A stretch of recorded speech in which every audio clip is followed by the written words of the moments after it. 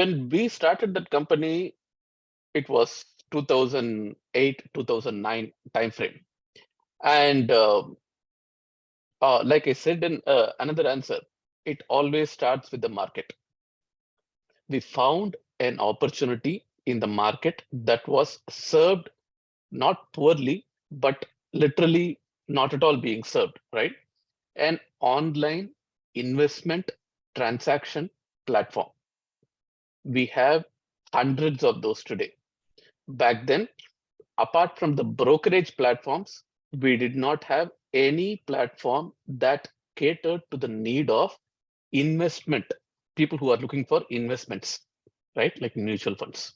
Okay. And when we identified that, our first inclination was to go to an audience that was pre-existing, the the mutual fund distributors. We wanted to start a B2B platform for mutual fund distributors. But then we met a wonderful gentleman in one of the AMCs, and we were both me and Chandra, my co-founder, we were both greenhorns in the fintech area in the country, right? So we went for advice to a person in the industry, and he said, "Why are you going after the B2B crowd? You can do that later, but the crying need is in the B2C area." And we were both very scared initially because B2C is difficult. B2C is difficult, more difficult than B2B in many ways. And but we somehow got the gumption and we went because the lure of the opportunity was so high that we started the business.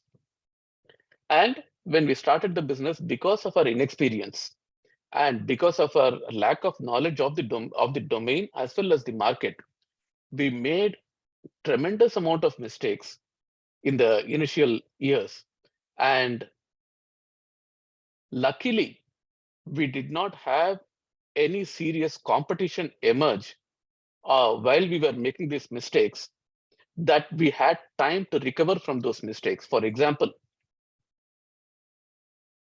it seems so, it might sound like a blunder if I say it right now, but we had zero idea about SEO when we started the company in 2008, 2009.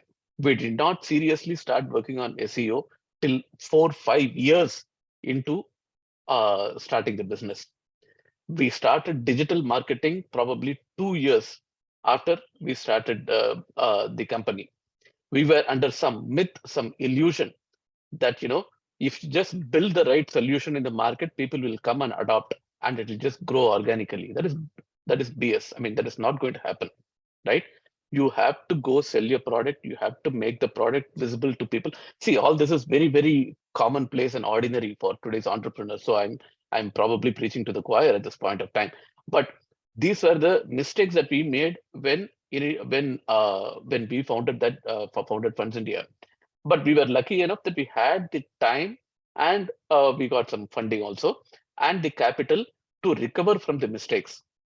And once again, we made the mistake of building more and more features in the platform to cater to our initial cohort of customers. We built something called Power SIP. We built something called Value Averaging Investment Plan. People don't even today, people don't understand all these things. We were the first people to build that. I mean, but who cares? There's no value in crowing about that, because very, very few people adopted that. Only the people who asked for it signed up for it. Nobody else signed up for it, right? So we made all those mistakes, and then we realized fundamentally people want easy onboarding onto the platform and easy to use advice on the platform and very reliable metrics and very reliable reports and ability to track their portfolio on the platform. These are the fundamental requirements of the broad market.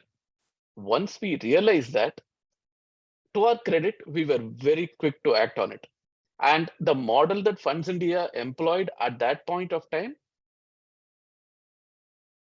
got replicated by several other companies that are existing even today in the market. And many of the features that we started on our platform are also in many other platforms that are available today. I mean, you can. We were pioneers both in the wrong way and the right way of doing a fintech business. You could say. So when we started our onboarding team to guide people to get on board the company, our acquisition went super high. When we started an advisory team and grew it from a 2% team to a 55% team to cater to the needs of hundreds of thousands of customers, right?